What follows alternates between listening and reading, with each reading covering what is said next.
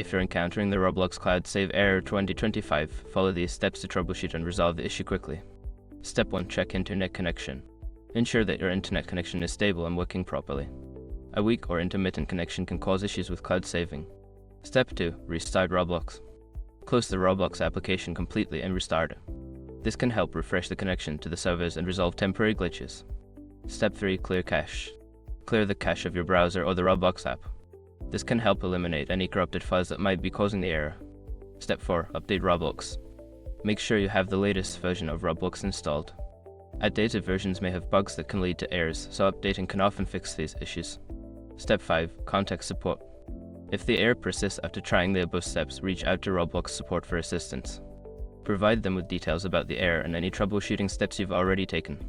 By following these steps, you should be able to resolve the cloud save error and get back to enjoying your Roblox experience.